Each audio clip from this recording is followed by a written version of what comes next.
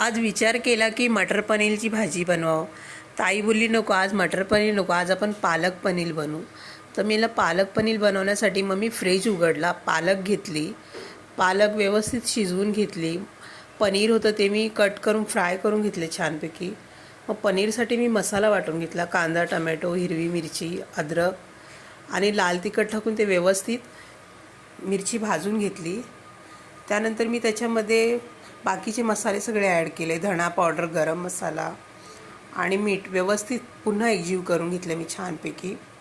मग त्यामध्ये मी जी पालकची पेस्ट होती ती टाकली, व्यवस्थित एकजीव करून घेतलं आणि त्यानंतर मी पनीरचे तुकडे टाकले, ते व्यवस्थित एकजीव करून व्यवस्थित पालक पनीर मी शिजू दिलं.